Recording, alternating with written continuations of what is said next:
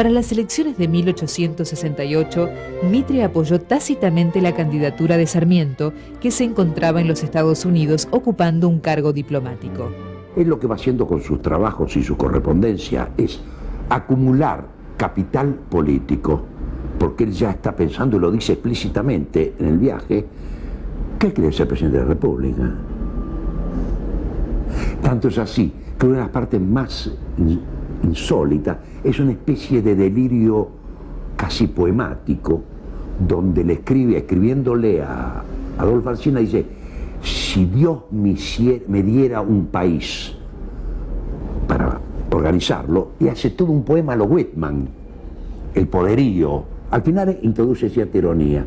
Me parece muy importante por esto, porque ahí es el delirio de un burgués en un momento de posibilidades de la burguesía. Creo que, diríamos, se manejó bastante bien y le quedaban grande en el sentido de que la burguesía argentina, o diríamos las clases propietarias, no estaban dispuestas a casarse con ningún programa ideológicamente justificado que pusiera en riesgo nada que le parecía importante.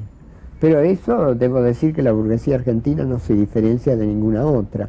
Las burguesías que pierden esa virtud suelen durar poco. Tras fraudulentas elecciones, asumió la presidencia Domingo Faustino Sarmiento en 1868. Sarmiento sostuvo la política mitrista con el interior y continuó la guerra con el Paraguay. Su acción de gobierno estuvo directamente relacionada con la frase utilizada como subtítulo de su obra Facundo: civilización y barbarie. Obsesionado por difundir lo que a su entender significaba civilización, desarrolló una amplia labor educativa y cultural, triplicando el número de alumnos, creando 800 escuelas y fundando las escuelas normales de formación de docentes. Sarmiento fue uno de los primeros integrantes de la élite en valorar la difusión de la educación como una garantía de continuidad del sistema. Veía en la educación un medio privilegiado de transmisión de los valores tradicionales, el culto a la obediencia, el respeto a la autoridad y la uniformidad de pensamiento.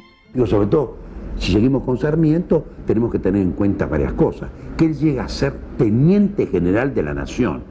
A él siempre lo conmovieron los títulos. De casero se disfrazó de, creo que de teniente coronel, y va ascendiendo y exigiendo, solicitando y exigiendo nuevamente los ascensos.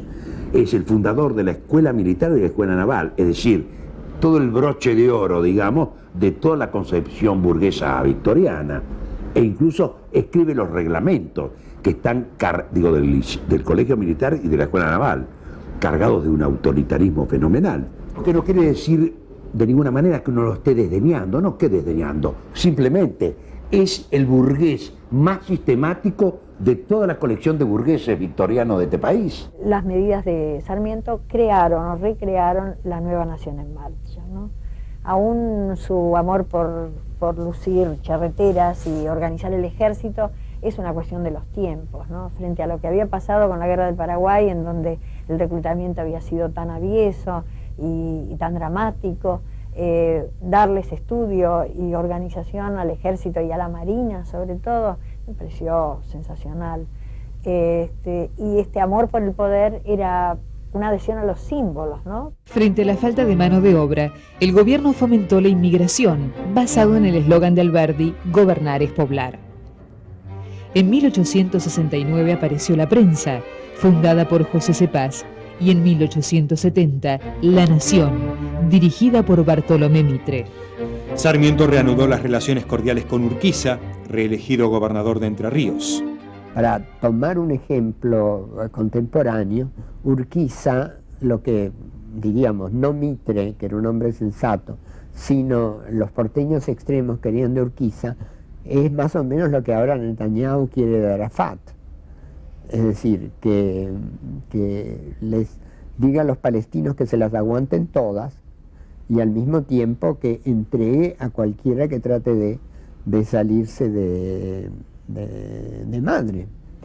Y ese era un papel imposible, en que Urquiza terminó efectivamente por morir, porque él murió de eso, básicamente, de que finalmente sus seguidores no sabían si era su jefe o si era su entregador.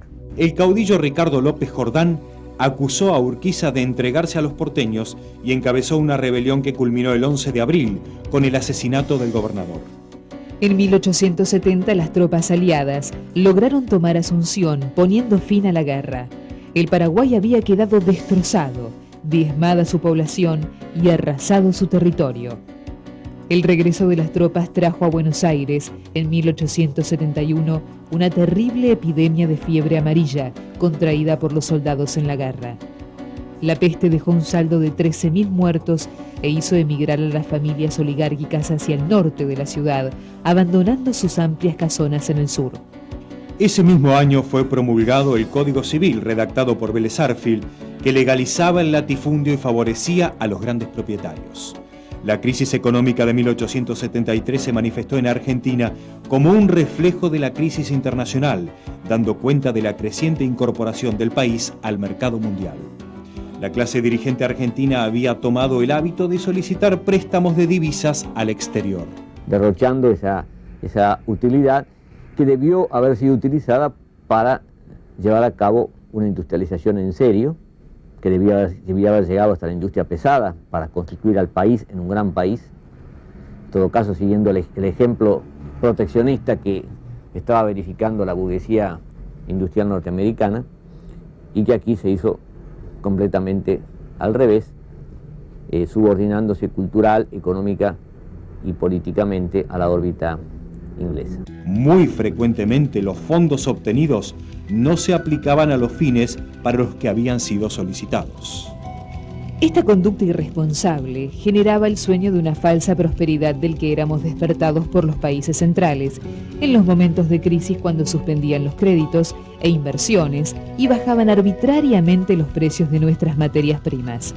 Las consecuencias de esta primera crisis fueron quiebras, devaluación de la moneda, reducción de los salarios de los empleados públicos, disminución de la inmigración y desocupación. Como efecto positivo puede mencionarse la aparición dentro de la oligarquía de un minoritario grupo proteccionista que pretendió fomentar la industria nacional. Lamentablemente carecerían de firmes convicciones, ya que superada la crisis retomaron su apoyo al modelo agroexportador.